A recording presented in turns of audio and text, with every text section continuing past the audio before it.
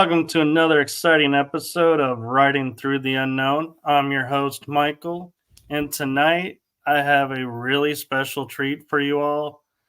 This guest I got through a friend of mine, and I have been so excited for this episode to come up because of the topics that he covers are so unique that I feel like I'm not even sure we can get into it all tonight, but we will do our best. And I am not going to waste any more of the episode's time. I am going to turn it over to Chris and allow him to introduce himself. Hey, how you doing? I'm Thank doing you so good. much. Thank you so much for having me, Michael. I've created Curious Research, which is the tip of the spear handshake between the world of paranormal and laboratory research. And in addition to that, actively write a ton of binaural beat music, creating stuff for everybody from people with ADD minds that have issues going to sleep to music for children, music for targeted individuals. And the latest album, Experiencer, is actually a binaural beat album with frequencies specifically for those who are experiencers of close encounters of the third and fourth kind, people who have been abducted by UFOs, people who have had close order contact with UAP, UFO craft, as well as beings from other worlds, to kind of help them release their PTSD and reground themselves to Earth. That's amazing. And it's amazing how you correlated music to that. Or is it not necessarily the music? Is it the frequency that's transmitted through the music? Yeah. Well, binaural beats. I mean, most people would probably be very familiar with the idea of frequency therapy, the idea of chakra meditation, singing bowls, things like that. Things that specifically produce a single frequency that your brain or body can tap into and resonate with. Once again, singing bowls are a prime example of that. A lot of people use those for chakra meditation because they're tuned to specific notes. And each note each chakra is assigned a note, assigned a color along with that. So a hertz is basically a repetition of a frequency or repetition per second. So a cycle per second. So 60 hertz for instance, is like 60 cycles or 60 pulses per second. A prime idea for 60 hertz would be an incandescent light bulb. An incandescent light bulb, or even a fluorescent light bulb specifically, flashes 60 times per second, which is why people like me wear these filters on their glasses to kind of help reduce some of that and reduce migraines, things like that. Our eyes naturally see at 30 frames per second, which is why originally film moved at that rate, why originally television moved at that rate. So yeah, it's pretty interesting. We're literally surrounded by frequencies all the time. Right. And in full disclosure, we were talking backstage, and I'd say disclosure. Normally I say transparency, so this is gonna be a fun night. We're talking about, what got you started into the music aspect, and do you want to share that with the audience? Sure. For years, and I still write quite a bit of, I guess, just esoteric, avant-garde music, things that are very representative pieces, not necessarily melody and harmony, but more mixture of sound and sonics, almost a soundscape. And when I first found frequency therapy and the idea of what's called entrainment, in physics. The idea that our brains lock into a frequency. The easiest way to explain this is walking down the hallway with somebody. You start on the left foot, they start on the right. Eventually, your footsteps lock pattern, and you're both stepping on left foot, both stepping on right. It may last for a while, then you fall out of step. You may even notice that happen through entrainment and entropy with like your blinker and the blinker of the car in front of you, where randomly your blinker and their blinker start blinking at the same time, then they fall out of step. Your brain does the same thing. Our brains are amazing pattern machines, Michael. This is what leads to things like pareidolia, stuff like that, that quite literally our brains are so focused on trying to find a pattern that it will find a pattern anywhere. Even if there isn't a pattern there, it will try to present a pattern to you. And when I first ran across this stuff, I was uh, studying abnormal psychology, subliminal psychology with a professor, and ran across the work of like the Lensfield Institute and Carl Lentz. The idea that if you basically subtract your sensory, your hearing, and give your eyes just a soft blue field of light to look at, you will eventually start hallucinating and seeing things. It's pretty remarkable. Your brain searches for a pattern so much it starts seeing geometric patterns and generating them. This led me down all kinds of rabbit holes with brain research and brain waves until I actively found the work of the Monroe Institute. The Monroe Institute has been around since the 1960s. They are really the pioneers of what we know as binaural beats. Now, whereas frequency therapy is a single frequency that you're exposing your brain to, and yes, much like walking down the hallway or swinging two pendulums the opposite way, eventually they'll sync up and then they'll go the opposite way again. This was very well shown by Mythbusters on Discovery Channel many years ago. They did a great episode on the whole idea of entrainment and the physics quandary of, yeah, you put two pendulums and swing them opposite directions, and eventually they match up for some reason. Nobody really knows why.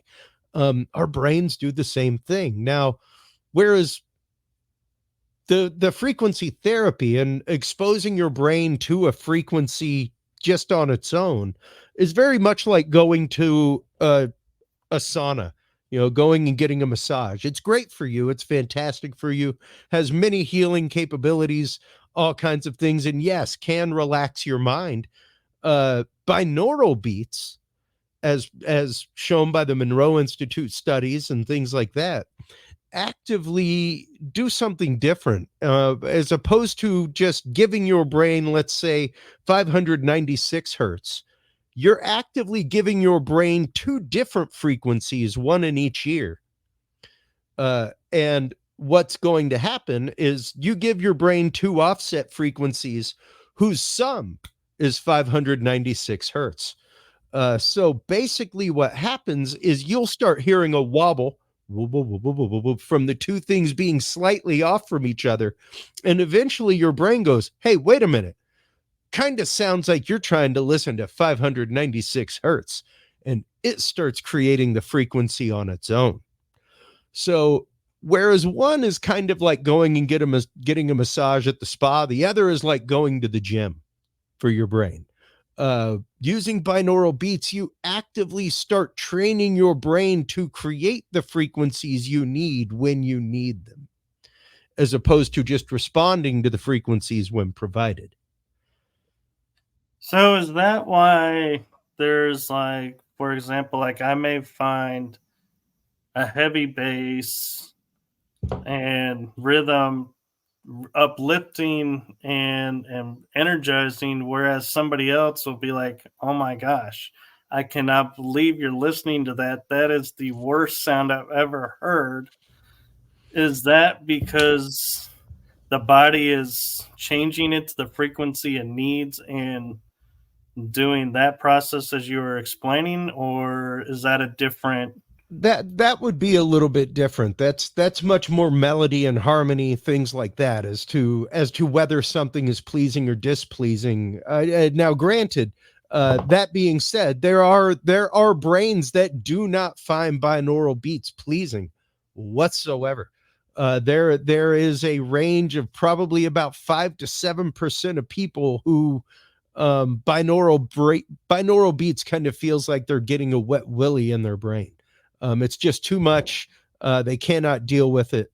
I know a few people like this, and it's interesting. I've even spoken with the Monroe Institute. I've been on their podcast. I've had Dr. Scott Taylor on mine, and we've discussed not only that, like what have you run across people? And they're like, yes, we've definitely run across a range of people who binaural beats is not a therapy that they can handle because it's too much for their brain. It's uncomfortable almost for them to listen to. And it's interesting to know that. And sometimes even like we've discussed with Dr. Scott Taylor is the idea of the dissonance between the scale of the music that you're playing and the frequency that you're using.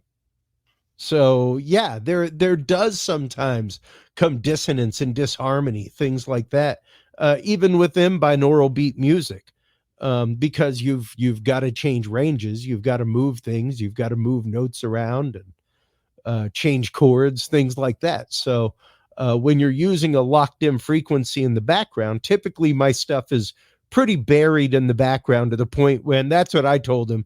I was like, he was like, because we tried specifically, like composing music, but eventually you run up against the wall of a key change or something in the music, or just the natural progression of the chords of the key that you're playing in, and it becomes dissonant with the binaural beat. And I was like, yeah, I just bury the binaural beats at 10% below all the music. So you're not going to hear that. Or so you hope. Yeah. You're not going to hear the disharmony between the two because you won't hear the actual binaural beat. The binaural beat itself at that point is put at a subliminal level, so that you aren't actively hearing it, but your brain is still picking it up. All right. So, I'm and also go ahead. Go ahead. No, please.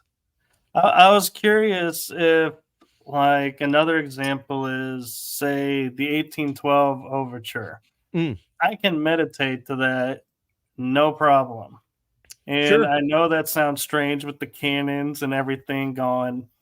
How can you meditate to that? But then I know people who are like, absolutely not.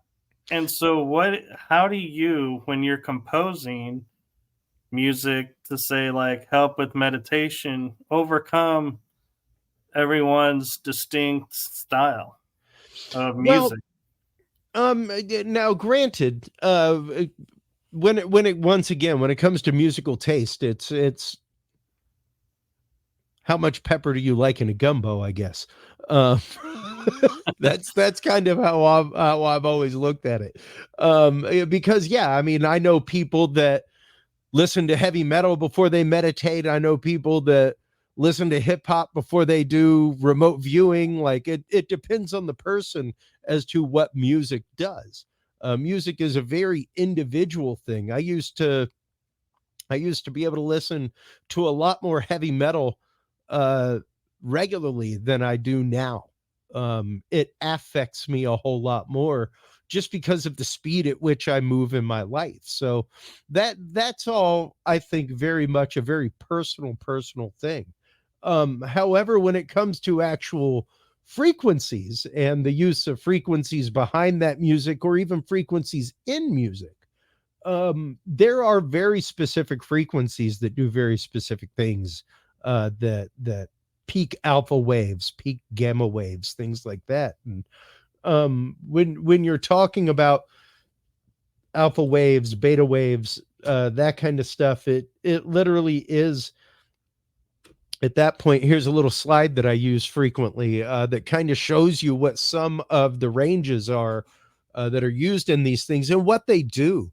And even when you're talking theta waves, um, stage 1 and 2 of light sleep, that's where you start getting into the range of once again 4 hertz to 8 hertz. That's quite literally like Schumann resonance. That's where you start dropping into the resonance of the actual earth. That is the frequency of a cat purr that you feel instead of hear. That's what's called infrasound. So at that point, the human ear, whenever you look at headphone ratings, folks, if you're buying headphones, get nerdy with it. Make sure that you get something that says 20 Hz to 20 kHz. That's 20 hertz to 20 kilohertz. That is the actual full spectral range of human hearing. Anything below that, your headphones may pick it up. They'll never advertise that though. Because technically it's infrasound. But yes, if you have really good headphones, you can definitely hear like things in 15 hertz, things sub range in that realm. And that's where you start feeling things like 8 hertz. Once again, that's 8 clicks per second. And when you start thinking about that thump of 8 times per second, that you start getting into like tribal drumming ranges, things like that. These are ranges that literally bring our brains, regardless, to a point of relaxation. Doesn't matter who you are, doesn't matter what your taste is. When exposed to this, your brain will relax, and it's pretty interesting. Because when you start looking at ancient sites, ancient civilizations, things like that, there's an album that I've been working on for probably about the last 2 years now called Within the Rocks, where I've actively been tracing tribal patterns from like Paleolithic art, rock art, things like that. And it's interesting. The whole concept was, what if the person who drew the pattern was actually synesthetic and was drawing the pattern of what they heard in the world around them? Me being a musician, an electric engineer, things like that, the first thing I see when I see these patterns is like, wow, that looks like a sawtooth wave on my synthesizer. Like immediately I see oscilloscope. So I started turning them into oscilloscope sounds. All of these rock drawings and things like that. And oddly enough, there was a study that just came out, and I want to say it was in New Scientist, talking about specifically an area in Chile where they basically decoded the patterns on the wall, and it is specifically a drumming pattern. The square patterns of 3 space 1 space, it literally almost looks like Morse code. And if you've ever looked at drumming tabulature, things like that, where it's like hash mark, hash mark, hash mark, space, hash mark, space, hash mark, like it's a rhythm. So it's literally like somebody, a shaman or somebody else, has taken the time to draw out the rhythm of this sacred spot. Like, here is the drumming pattern that you need to use at this sacred spot. And it's been there for tens of thousands of years. We have literally just forgotten about it. Right. And so it's pretty interesting to see that it is. And it makes me think of Chichen Itza, the pyramid where you clap and it echoes back. Yeah. And I'm thinking now, where they say, oh, it's just, they designed it for this and it's all about the sun and everything. And listening to you, I can't help wondering now, is that generating a specific frequency? What frequency is it, and what's the purpose of that frequency? Well, and that's just it. When you start looking at, there was a fantastic article just done by Andrew Collins about Stonehenge and the fact that many of the stones there resonate at specific frequencies, and even cast voice. So yeah, much like the parabolic dishes that you see at children's museums or out in public parks, where you can stand at one dish and stand at the other and like whisper into the dish and hear each other like 200 feet away, stuff like that. So yes, if people stood at specific stones during rituals, they could mumble things, and the person taking part in the ritual would be able to hear them at a distance. Just remarkable things. I'm always reminded of when I was about 19. I spent a semester in Europe, and all of our professors were certified tour guides. We spent 10 days in Greece and got to go to uh, the the Oracle of Delphi and got to go to the theater there. And I remember my teacher standing down in the center stage, and I'm a theater geek. I'm an audio engineer, things like that. There he is standing down there. I'm at the top, and he pulls out a wooden match and strikes it. And it quite literally sounded like he was standing right next to me, 200 feet up a hill. No microphone, no speakers, just standing in the middle of a stage. Uh, they built that area specifically to be able to do that. And it's remarkable to see that, yeah, there is an ancient civilization, quite literally Bronze Age, that had the know-how to know the physics of sound enough to be able to make that happen, to be able to carve that into the hill and make that amphitheater a reality. And it's remarkable. We copy those things all the time. We regularly forget. The example I normally give is I'm Cajun by blood. My mother is 100% Cajun. I'm 50% Cajun. I don't know a Cajun my mother's age that speaks Cajun. Not 100%. They may know some choice words. They may know some phrases. They may be able to hack their way through what mama is saying in the background, but they don't speak it. It took one generation, Michael, one generation for an entire language to disappear from America. One of the only languages indigenous to America. Less than 50 years. So we forget things very, very rapidly, you know?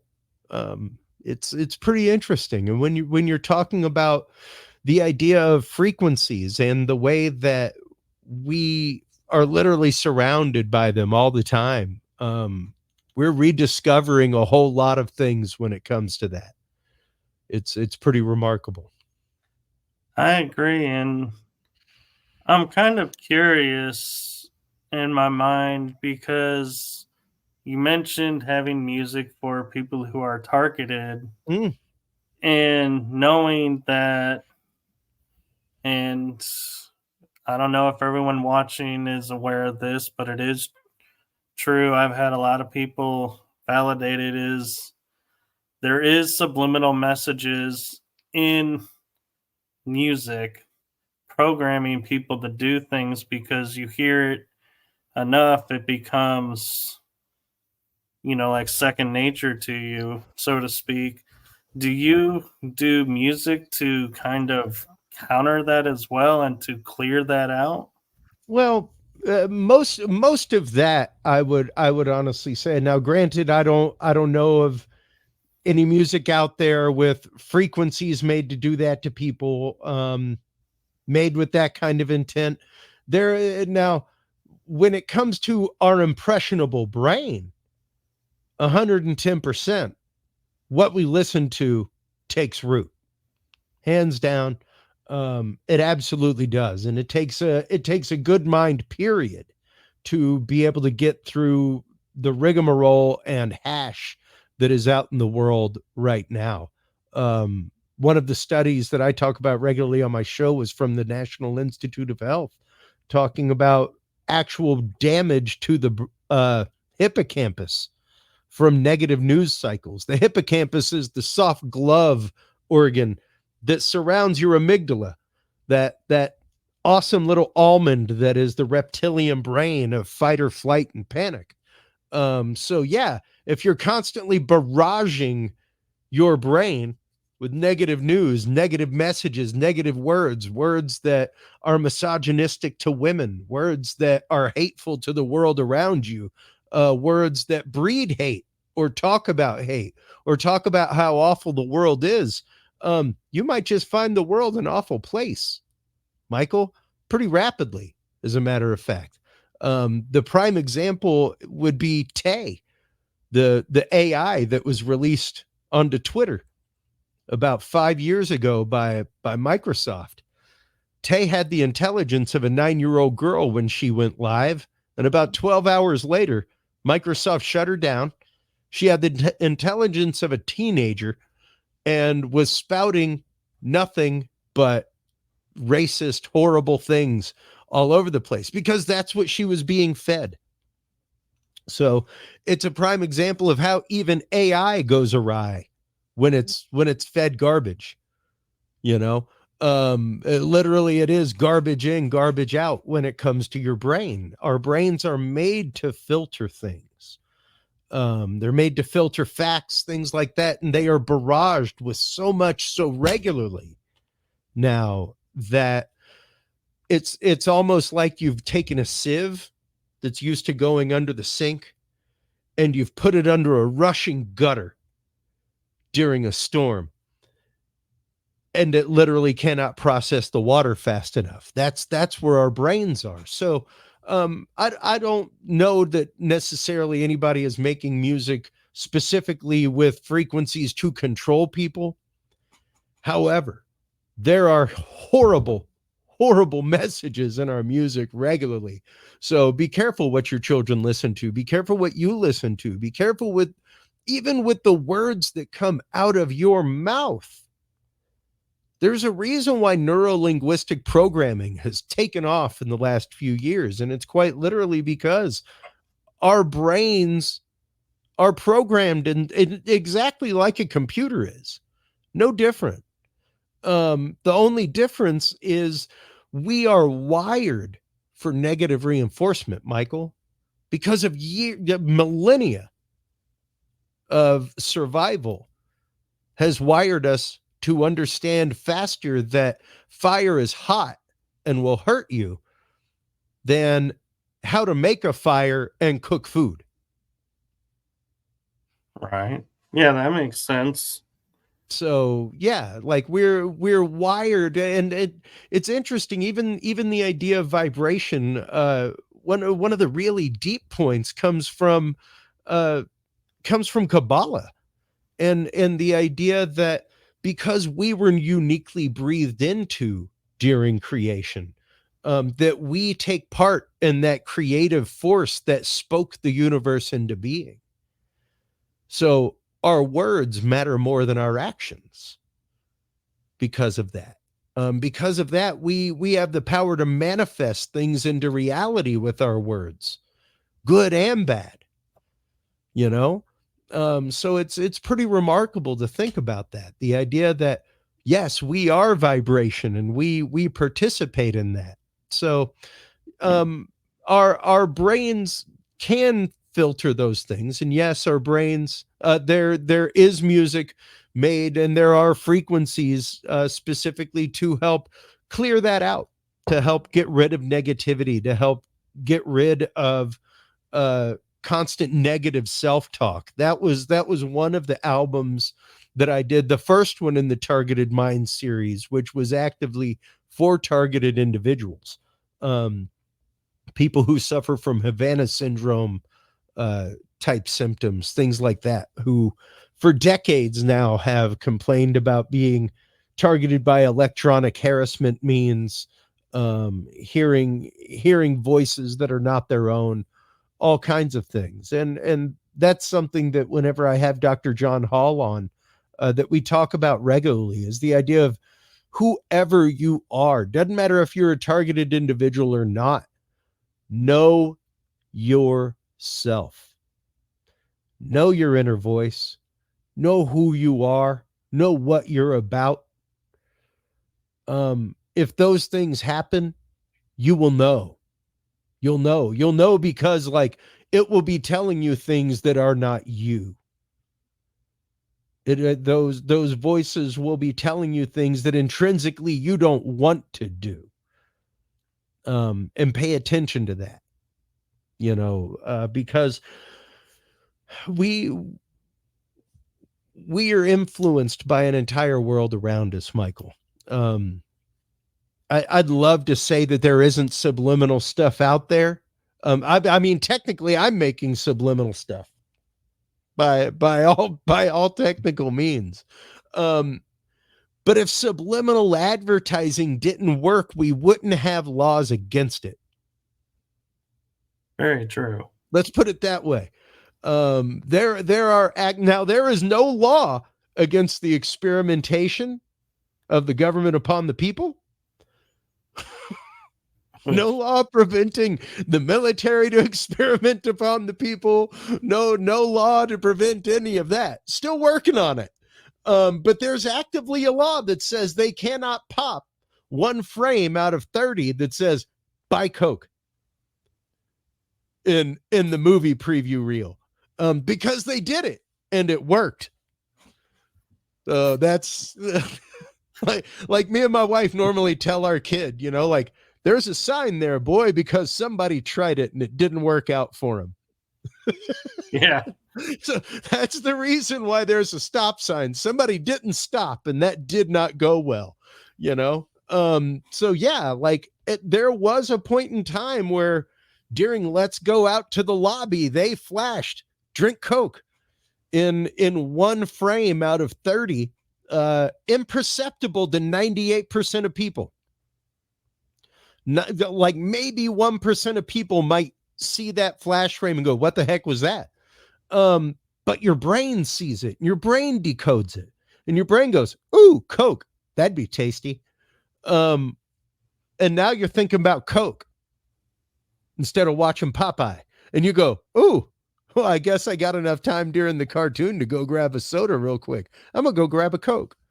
Forget the barks, and it's interesting because when you start following that rabbit hole of frequencies, when you start following that rabbit hole of specifically subliminal frequencies of 30, and I say that because our eyes see at 30 frames per second.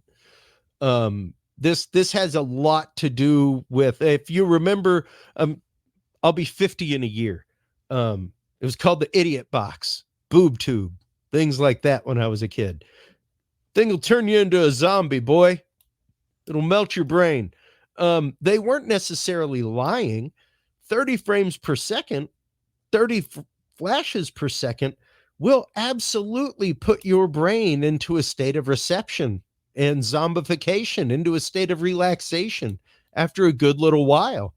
Now, you start looking at 60, once again, the idea of being inside of an office building, being inside of a Walmart, where you start getting tired faster, things like that. It's quite literally because the lights are flickering twice as fast than your eyes can see. And you're surrounded by them. You're all over the place. Your television in HD format is now at 60 hertz. So you fall into that zombified, stupefied state, ready to purchase. They don't have to put in an ad now. They don't have to do it. You're already twice as receptive. And now, thanks to that negative news cycle, you're already twice as barraged and tired to begin with. So it's interesting. And hey, never mind if you're watching 4K and you're going up to 120 hertz refresh rate. That's 4 times as fast. So yeah, it rapidly multiplies in the world of audio video, which is what I do for a living, oddly. I've said for years, come the point of the regime, I guess I'm guaranteed a job. So I'm kind of curious, can they use the frequency in like shows to not necessarily, make you want to get a Coke, but to think differently about an event, like say a TV show about cowboys and Indians. We all seen kids watching that, Hmm. and then they go play cowboys and Indians, and one always says, "I want to be the Indian." The other one's like, "I want to be the cowboy." And occasionally you'll see, "Well, how come you're the Indian? I wanted to be the Indian." But it's always, and so was that programming? Not necessarily in that right. No, because at that point, how come one person didn't get the program and one person did? If that's the way the program works, more than likely, though, what you could do is under that video, put in frequencies that help build empathy, put in frequencies that help build fear, things like that. um kind of along the lines of the Ludovico technique that's used in uh A Clockwork Orange, where they're using uh quite literally images of violence to a point that he doesn't want to watch the violence anymore, but they're also marrying it to the music that he used to perform the violence to, Right, so that it forms a form of aversion therapy at that point. That when he hears one thing, it reminds him of the other and makes him physically ill. So there are ways that you can do that for certain. But that once again takes plenty of time to do so, and also a willing mind at the same time. And that's just it. Any kind of hard hypnosis, things like that, uh really do take a receptive mind to happen. Either that, or it's going to take a whole lot of time to break down that willpower. So yeah.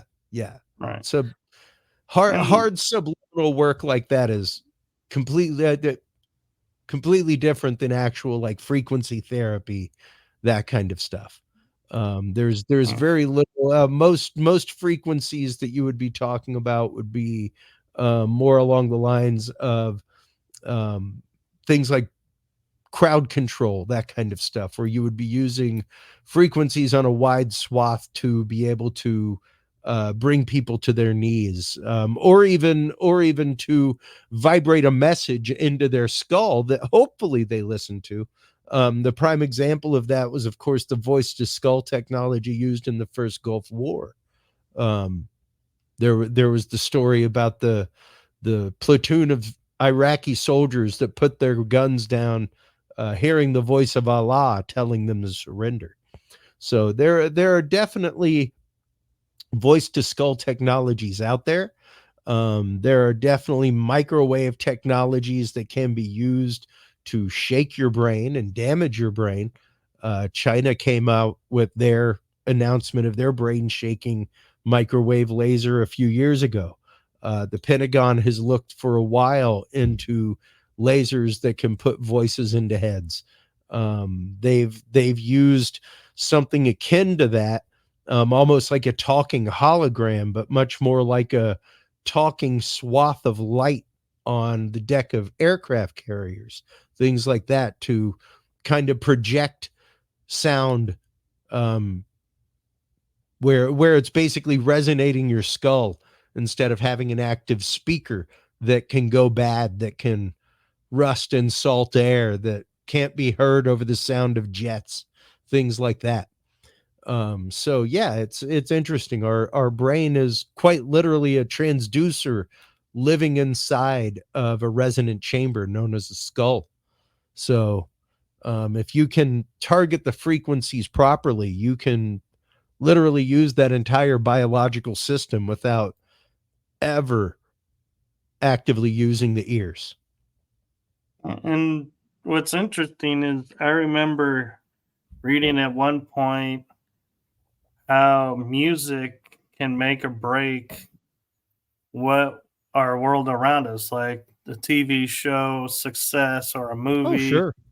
And I was thinking about that, and as you were talking, going, I wonder when the composers are writing the music and doing everything, do they think about that, or is that something somebody adds in to go, yes, by having this recognition, people are going to go back, watch this again.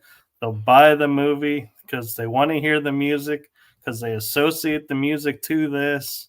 Oh, that's just as a composer, I can tell you right now, that's always taken into consideration with the project. The idea, especially whenever you're talking about multimedia project, like putting music to film, music to a video game, things like that, it's always into consideration how it moves with the action going on, and how it moves people laterally to that as well. The idea of hearing a piece and actively seeing the movie in your head, things like that. So when John Williams is scoring a film, when Alan Silvestri, um, who's a personal favorite, is scoring a film, those are things that they absolutely take into consideration. And what's funny is that if you get familiar with those composers, you can spot them. They have signatures. They have very distinct signatures. For instance, Alan Silvestri is the composer of Back to the Future. And if you listen to his compositions, somewhere in them you will hear something similar to that small revelatory tone that takes place in Back to the Future, where you hear the bling, and it's in almost everything he composes. It's pretty remarkable, but everybody kind of has it's no different than a rock guitarist who has a specific tone, and yeah, it's just one of those, and some people can spot those things, some people cannot. Yeah, Same way that some people can, once again, spot that there was a drop frame in something and some people can't. It drives my wife crazy because my years of television and broadcast and live event production, like I'll be watching the news with her and point out like burnt out pixels on cameras. Like, watch, whenever it goes back to the news anchor, look on his lapel, you can see a little white dot that like doesn't move whenever he moves. It's like, it's awesome. You can see the little burnt out pixel from where their camera's just been on 24/7. But unless you're trained to see that, you may not. right. That just comes from years of vapidly staring at screens and looking for those things because your job depends on it. Uh, One so one question that's popping into my mind, and I don't know if this is anything you've looked into or maybe familiar with, but I've started to see like there's video games which have music and sound and other things that the government kind of made so that they could find out who'd be really good at this versus not good at this. And so, are we using the frequencies of sound to generate future soldiers, so to speak? well, Or, not necessarily sound or anything like that, but they are definitely, and granted, Niantic Soft is a big one out there. There are numerous companies that work under DARPA, that work with DARPA, that work with my God, it just left my head. The financial arm of the CIA.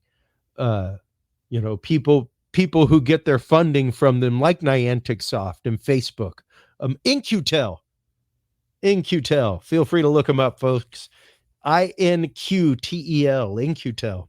They are quite literally the financial investment arm of the CIA, and they invest in future-looking technologies. They are the people who gave the first round of funding to Niantic Soft to help build Pokemon Go. So wonder why it was like, hey, go find the Pokemon in your grandma's basement. Probably because your grandma didn't like sign on to having a government camera in her basement. Right. So yeah. Whenever you click accept onto all of those things, it's interesting. It turns on your microphone, turns on your camera, turns those things on, and feeds all of that stuff into machines. It's pretty fascinating. So is the government doing it? By proxy. By proxy. Now, here's the thing. The government fully sees the fact that, and I live right here in Austin, Texas, where at South by Southwest this last year, it became a big thing that people were quitting South by because they found out, and I mean bands from the UK, they were like, we are not traveling in from Scotland to come play because we found out that the U.S. Army is sponsoring our stage. The U.S. Army is embedded hip deep right here in University of Texas with the Future Warfare Division, looking at how drones affect warfare, looking at how AI affects warfare, looking at how social media affects warfare. Once again, Facebook got its first part of its first round of funding from NQTEL. Never forget that little thing called the Arab Spring that happened, where Hosni Mubarak was overthrown in Egypt. That happened because of a random Facebook post where somebody said, you know, I bet if we all go down to the town square, they can't stop us all. They never really found that account. So when you're talking about social media that moves masses and that gathers data en masse, when you're talking about that kind of stuff, it's out there. It's out there. And they can't legally gather the data, but private companies can legally gather the data, and they can garner it through other means from the private companies. So is the government necessarily doing it? No. But are they funding video game companies knowing full well that it's kind of like the prime example being and pardon me, I'm not going to, the color of my show is purple because I am non-political. I'm not binary when it comes to political. I am square in the middle of the colors. I'm purple. But when it came to the presidential assassination that just happened, and people were like, how could some 21-year-old, it's like, how that kid's been playing sniper games since he was 16. That's how. Quite literally 3/4 of the games he is playing with a crack squad of 5 other players trying to get to a high vantage point and snipe people off. That's how he spends 6 hours of his day. Yeah, well, I mean, that's really true. Yeah, like years ago, the government and the military was like, we need to start recruiting Halo players and gamers because they already know how to work in a squad. They already know how to follow a chain of command. They already know how to go out and scuttle for parts after a scrimmage, or after a skirmish. These are things that you typically have to train somebody to do, and that it takes millions of dollars and many, many man hours to do. And they're already trained by the time they get out of high school because they've been playing the video games. And the other interesting thing, especially with Halo, is because I played a couple of them, is your weapon runs out of ammo, you instantly pick up the enemy's weapon and know how to use it and operate it. Yeah. So, but that's just it. It's like people are like, oh my God, how could I know where? It's like, no, I'm pretty sure that could be really possible. Like he's been pretty hard training for that for a hot ticket minute without that being the actual like course of action in his life, So, frequency once again is just the iteration in which something happens. So even frequency like that, even the normalization of running around with a gun, you know. It can do something, and not everybody is of the same mentality, unfortunately, Michael. Not everybody is of the same filtering capacity in the world, you know. Yeah, So and we kind of have to consider that, and we kind of have to think about that. We are all individual biological machines that respond to a stimulus in a totally different way. yeah, and I feel like having you on and talking and your knowledge of all these frequencies and everything, I feel like I would be amiss if I didn't ask you about the urban legend frequencies, like the certain tone that you could play where people will automatically brown themselves or There, start to do this or that. Do there those are really? there are definitely, now the brown note is something that can be attained, but it is different for each person. Yeah, because the resonance of each person is going to be different. You know, if you're going to resonate differently if you're 250 pounds and if you're 150, there's just different amounts of mass there. So trying to hit that specific frequency through that mass is what you have to worry about. Now there are ways to do certain things. Most definitely, like right here, I've actually got kitted up what's called a parabolic speaker. And a parabolic speaker is basically a speaker that can be dialed. If you look inside, you can see this nice little honeycomb of elements. All those elements are ultrasonic frequency emitters.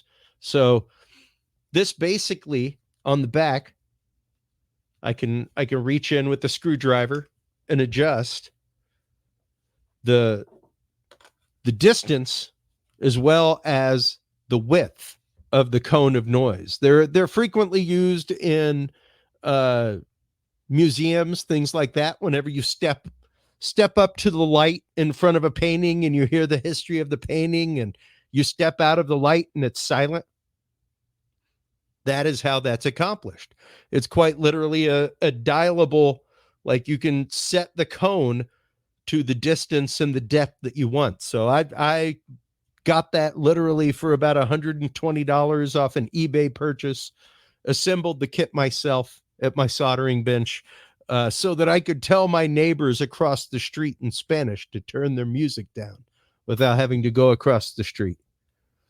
That's brilliant. So whenever they were on their patio, they heard "Desenvolúme la música, por favor." Whenever they stepped off their patio, the announcement stopped. But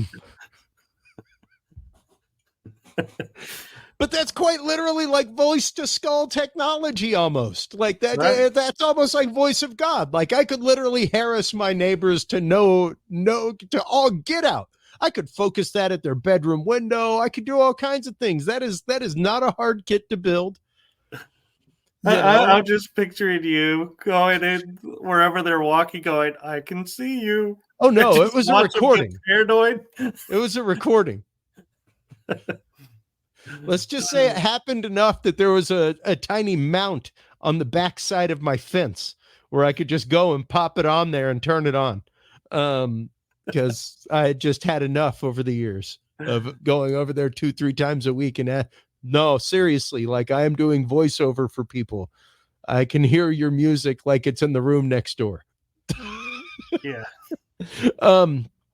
But yeah, these things are all over the place, and that's just it.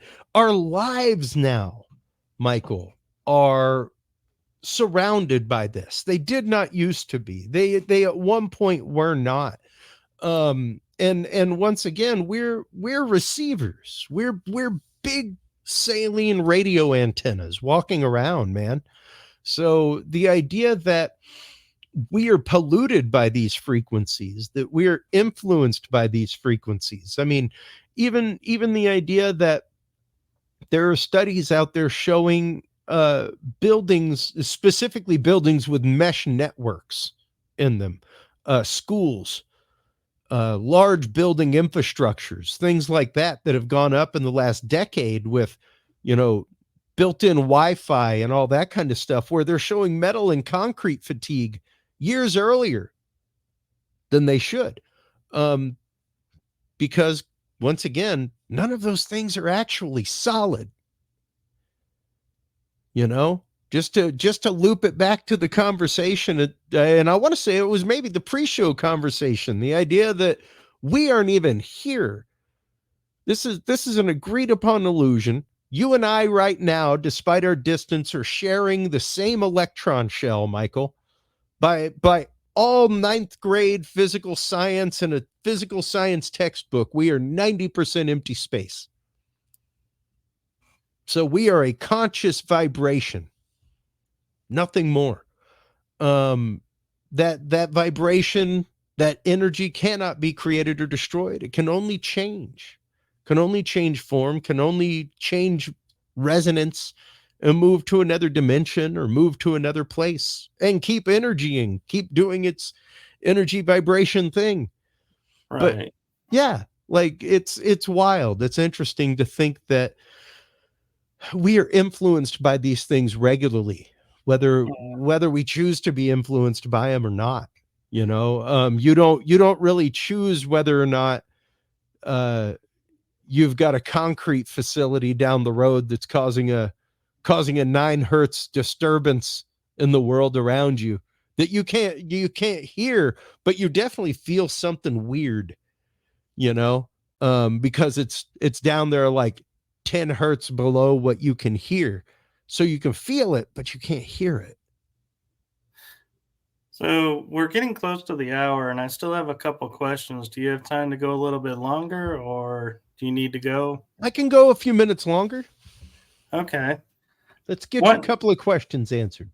So my first one is when we think about like the pyramids and the theory that they may have been moving the stones using sound frequency, and now we're picking up sound from those. Could it be that the stone absorbed the frequency that was moving it, and that's what we're hearing? It's the stone is saying, "Hey, this is this. You know what affected me and has placed me here. So I'm playing it back for you, and just letting it out, or is that a totally different frequency in the stones? Because I Mm. hear like pottery has the ability from ancient age to play sound back, and we never knew that.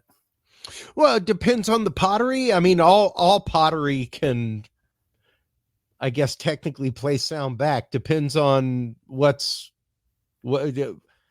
how fine the grooves in the pottery are as you're smoothing things out. You know, but yeah, the pottery's a little bit different than stone, because you're of course forming that. But stone is natural, and of course it might be the fact that if they were using a frequency based technology that the stone is fixed to that frequency. However, at that point we would be able to pick up or detect that frequency, and at least so far as we can tell, the the resonant frequency of the granite itself is just the same as the granite around in the area, where the granite was cut from. However, if you're talking piezoelectric forces being used, if you're talking the idea of frequency being used to harness something inside the pyramid, quite possibly, because at that point you're talking quartz. Quartz is a huge component of granite, as is carbon. So you've got not only a piezoelectric source, but you've also got a resistor in there. We know for a fact that Egyptians definitely knew about electroplating, which you can do through chemical means, but you also need a small voltage of electricity to make that happen, something at least as strong as the Baghdad battery or a few of those put together. Normally requires at least a good 4 or 5 volts. Nothing crazy, not a whole lot, about the equivalent of two double A's, something like that. Um, but you have to have some kind of electricity to electroplate, and we know that there are many electroplated items from ancient Egypt. Now, this is something I will stand by all day long, and feel free to come at me, any Egyptologists in the audience, Chris at curiousresearch.org or Chris at curiousrealm.com. Feel free to come at me and tell me that thing's a tomb. By any teaching of Egyptology, tell me it's a tomb. Because if it is, they apparently wanted that dude to suffer the same fate as Imhotep in The Mummy. Like, there are no carvings, there are no paintings, there are no inscriptions from the Egyptian Book of the Dead anywhere in that complex, anywhere in that building. There is not in the lower part, which was supposed to be a burial chamber, not in the middle part, which became the secondary burial chamber after they continued it up, not in the pharaoh's chamber, not in the king's chamber. Nowhere in any of those are there inscriptions from the Book of the Dead to have your heart weighed by Set, which is kind of important if you're going into the afterlife. So definitely not a tomb by all actual teaching of Egyptology. Not a tomb. Well, don't care what any of them say. Yeah, you can't say you need these things to get into the afterlife and then say they spent all this time building this tomb for this dude and left him not a single inscription. I agree. And the other thing that's interesting is when I was in Egypt and we were going in the pyramids, you had to take every stone on you out of your pockets and leave them outside. They would not let you take any stones inside the pyramid. I could see that. I could see that, to make sure you aren't taking any stone out of the pyramid. Because then on the way out, they could be like, hey, empty your pocket. And you can be like, but I got this at Saqqara, not here. Well, even then, it'd be like, as somebody, you still need to turn that one in. As somebody who, like, if you look at all those little things right there up above me, those are all like rocks from places like Chichen Itza and things like that. I'm a little prone to just taking a rock. So yeah, I'd probably be the dude that if I was in the king's chamber would like look for the closest rock I could kick and throw it in my shoe, you know? Like, not gonna lie. Yeah, my latest rock is actively from the Aurora UFO crash site. So, you know, just things like that. But yeah, the idea, and I have even posited the idea, especially looking at the damage in the king's tomb, the idea that perhaps and specifically the two shafts going in and going into the other tomb, they're slightly offset from each other distance wise. Once again, if they point to a star, okay. But they ain't trying to get any soul anywhere, because there ain't nothing about the Book of the Dead. So you could say it's for the soul to go to the star. No, it isn't. Because there's nothing for the soul there from the Book of the Dead. So it's not for the soul to go out to the star. They have revoked that. You have to, because there's nothing for the soul to read to escape the body. Right, because if you go to the Valley of the Kings and all the temples, there's all these imagery everywhere. Yeah. Well, I mean, it's essential. Like, it's there in the tomb. That's what everything on the wall is like the spells that you need to read for the portal to be opened for you to go to the afterlife. Like, without that, it ain't happening. You ain't shooting up a star beam or anything like that without those magic spells, according to Egyptology. Now, what I posit they may be is, especially with air baffles in them, the way that they are, is kind of the equivalent of a straw, where you could control the pitch of the wind that's blowing past that point of the pyramid and actively create a binaural beat inside of that chamber. that could be used to expose the person in the coffin in the king's chamber to that binaural beat, what have you, or even to activate the piezoelectric quality of the quartz inside of the granite, because once again, you have to have pressure in order to get piezoelectricity. Basically, what happens is you hit the quartz, and the quartz actively creates electricity. So if you're constantly pulsing it with a very, very low grade pulse, like 4 hertz, 7 hertz, something like that, then sure, creating that pressure wave inside of the king's chamber in that way, you could be compressing the quartz to actively create microvoltages and create electricity. And that could be why the king's chamber sarcophagus is as cracked as it is because of the pressure wave inside of the king's chamber. So that's just one of my working hypotheses as to what the king's chamber is all about. I think it's a binaural beat chamber for actual like ceremony. Yeah. So I had a question, but I think I'm going to flip it and stay on topic where we're Okay. at. And so my new question is the capstones being missing. Could the fact that there's reports that they were either copper or gold influence, like you're saying, the piezoelectric field inside and the field inside to help resonate and alter what beat is coming through? It could. It very well could. It could be used as perhaps even oh my god, the name just left my head, and I'm trying, almost like an antenna, almost like the ferrule on the top of a Tesla coil, you know, the ball on top, which is what's used to radiate. It could have been used for that.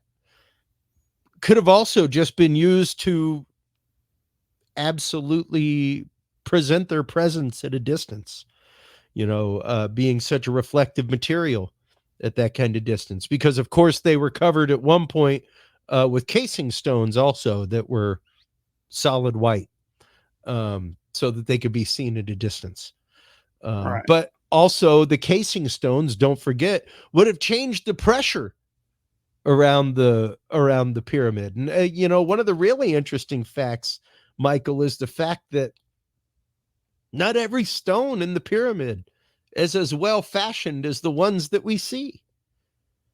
It's pretty interesting to know that yes, those chambers were built with great precision, but on the outside of those chambers are literally just piles of rock until you get to the finished sloped outside. You know, so it's not like they took the time to hand fit and hand fashion every single brick to be so good that you couldn't fit a rolling paper in between them. Not every stone in the pyramid is fit that way.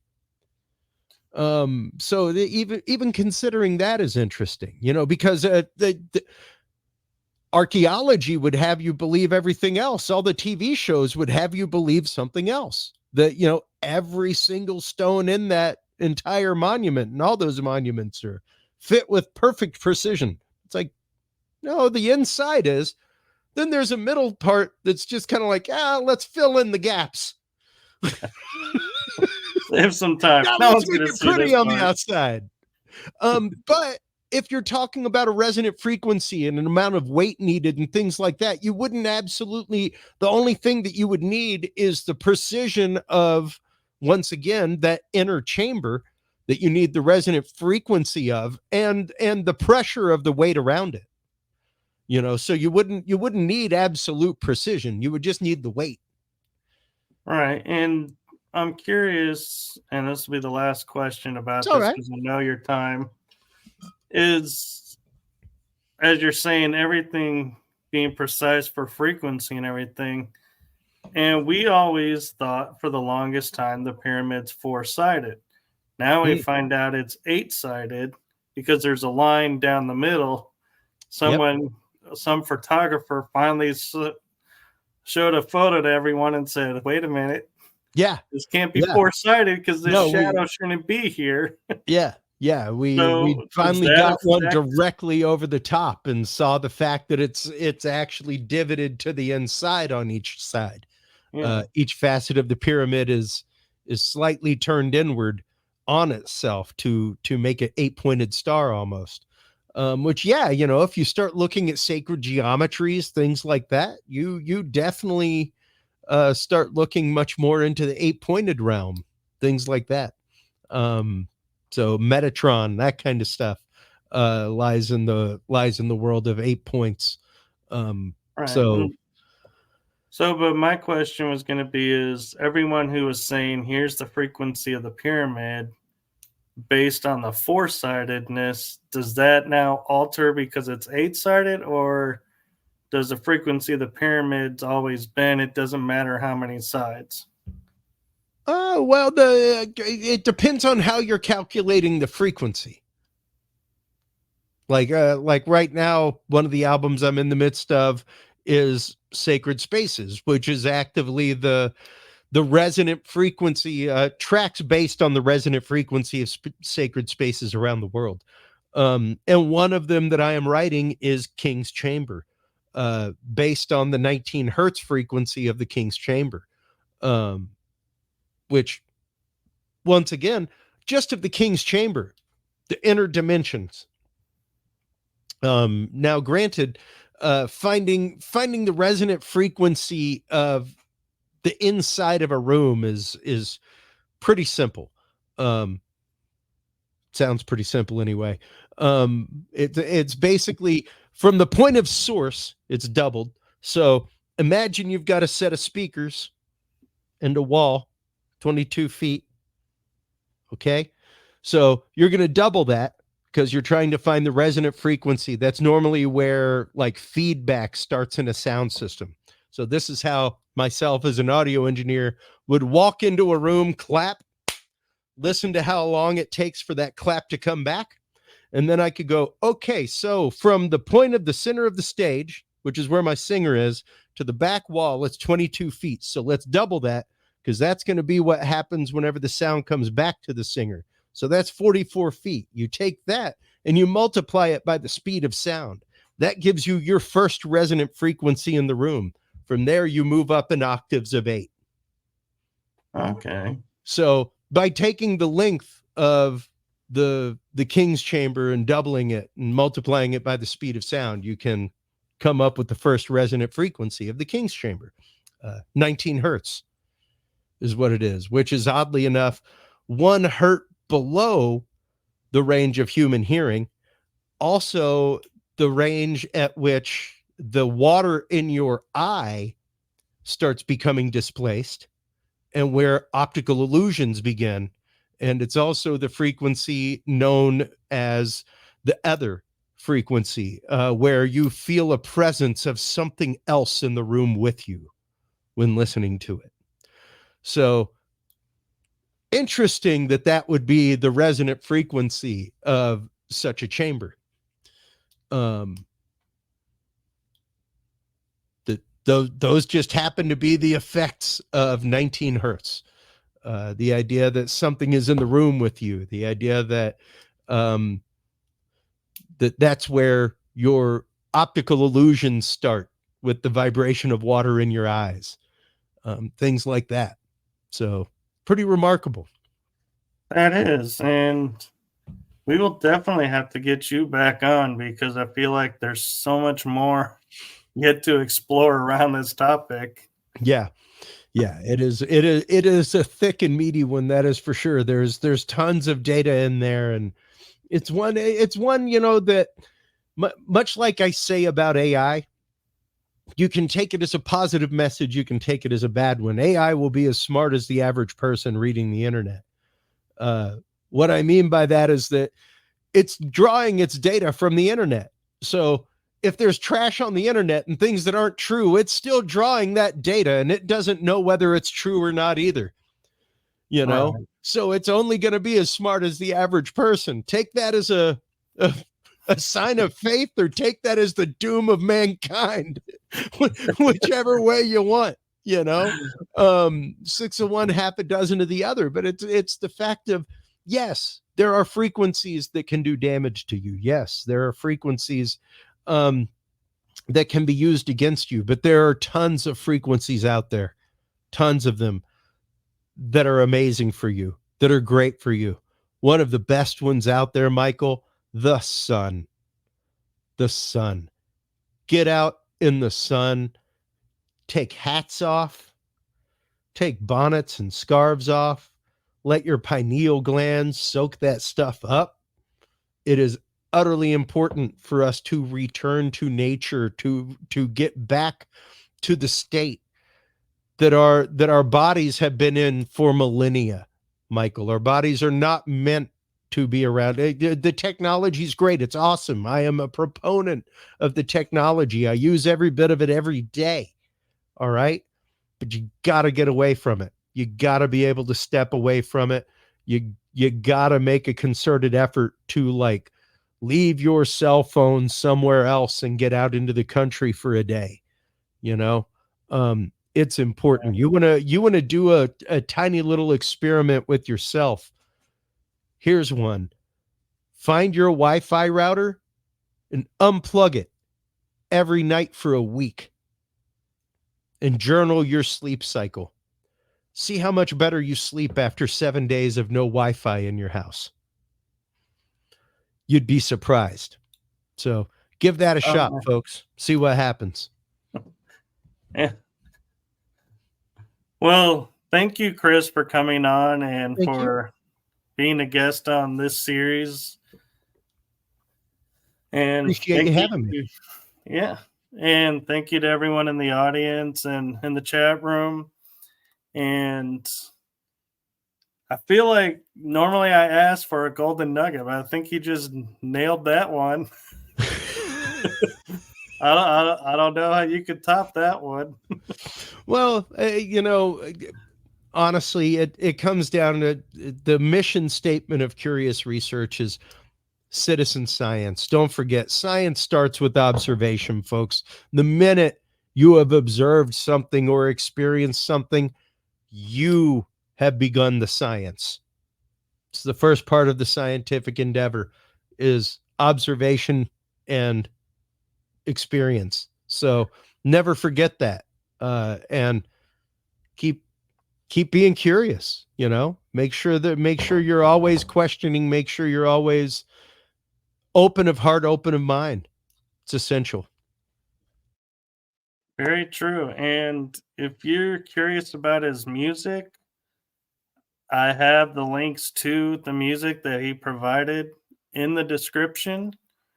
So you can go there. He's putting it up on the screen as well.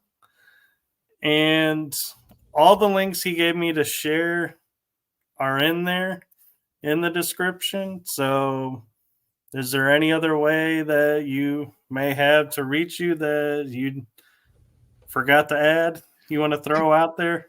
You can find everything at artofchristopherjordan.com. You can find all that music as well at Curious Research, and you can tune in every Tuesday night at 8 p.m. Central on Curious Realm. Download the Curious Realm Roku app that has tons of the binaural beat music on it as well. And you can tune in every Friday night at 7 p.m. Central on Ground Zero Media, just before Clyde Lewis. There you go. Worth checking out, people.